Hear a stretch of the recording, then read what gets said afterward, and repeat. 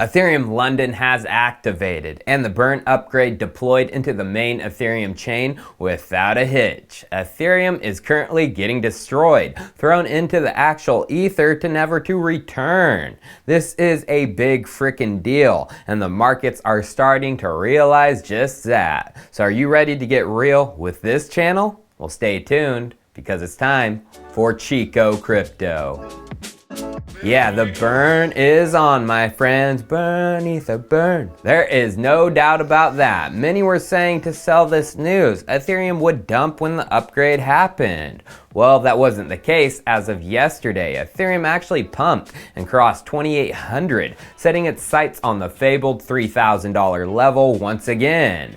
Yesterday's chart looks bullish, but over the past 7 days, it's even more bullish, from basically 2,300 to 2,800, just a 21.7% increase. This looks even better when you compare it with Bitcoin. Bitcoin was actually lower than it was 7 days ago, as of yesterday. BTC was about at 40K last week. As of yesterday, it was about 39,400, which is a loss of about 1.5%. A stagnant Bitcoin and a bullish Ethereum equals ratio gain, big time over the past 7 days as Ether crossed 0.07. And if you know anything about ratio gain, Ethereum is still undervalued compared to Bitcoin. Just above 0.08 is where Ethereum should be. That is the point where Ethereum's market cap is about half that of Bitcoin's. And if you know anything about what's going on in this space regarding development, Ethereum has much more activity than Bitcoin. Thus, it should be at least halfway there, if not more, getting close to the actual flip, which is when the ratio gets to just above 0.16.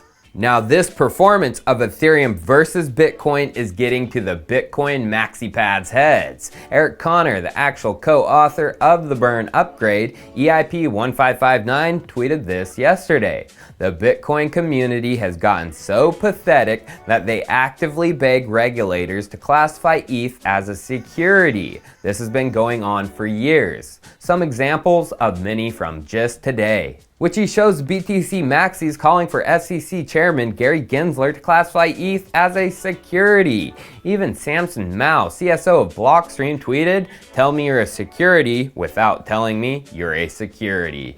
Now, why is this way overboard? Because before Gary Gensler was head of the SEC, he spoke on Ethereum as a security. Let's listen in to what he had to say.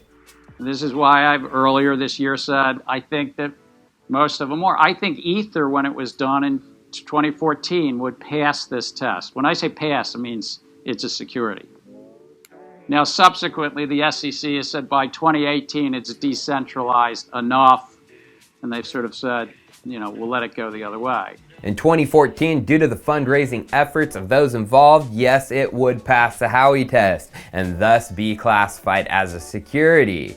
Although the SEC in 2018 said that Ethereum is now decentralized enough and thus isn't a security. Which is true. The SEC did declare that Ethereum wasn't a security in June of 2018. And then chairman of the SEC back then, Jay Clayton, in 2019 reiterated that. So it would be devastating for the entire crypto markets as a whole if Ether was declared a security. The markets would go kaput, and the BTC Maxi pads tagging Gensler to take a relook at Ether is just despicable. The BTC Maxis can cry all they want, but the only reason they are kicking and screaming is because the upgrade is doing some big things. Burning big things. Eric Connor also tweeted, 1,000 ETH has been burned in the first 5 hours of the EIP. Now, if that rate keeps up, that is 200 per hour, or 4,800 over 24 hours, or over 1.75 million Ether per year. Now, I shoot these videos 24 hours in advance, so I'm very interested to see how many are burned by the time this video goes live, which would be about 32 hours since the burn went live. Will the rate keep up? Will it be over 6,400 Ether? Or will the burn slow down? I'm really hoping it keeps up. But regarding what this upgrade is supposed to make Ethereum become deflationary and ultrasound money, we got a taste of that beginning yesterday. A Bits Be Trippin' on Twitter tweeted, an example of a deflationary Ethereum block burn. what you see is a total block of 12.279 ETH, of which 5.465 went to the miner and 6.81 got burned. This resulted in just under 60% of the potential reward not going to the miners, but being burned instead, and they included a picture of the Etherscan data to prove just that. Ethereum is becoming deflationary right before our eyes. What a sight to see. Although not everything was necessarily good with the upgrade yesterday. There were lots of complaints all around about surging gas fees, with some users even saying that fees were getting as high as $300. So what the freak happened? Well, for one, there was an NFT drop, a new hot NFT punk, COVID punks, that decided to do their drop and minting during the first hours of the EIP upgrade. Talk about bad timing.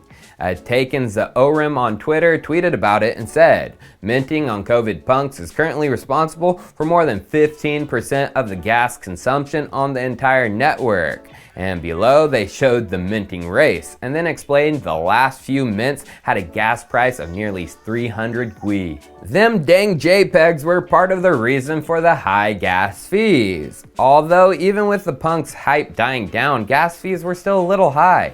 Eric Connor also tweeted about this. He said, "Can we please not overreact to gas prices just 3 hours after the fork while wallets still haven't updated? MEV bots are broken, gas limit is being fixed, and ETH is pumping. It'll take weeks if not months to properly assess 1559's impact on gas fees." So that is true. It's going to take weeks if not months to truly understand how this is going to impact Ethereum.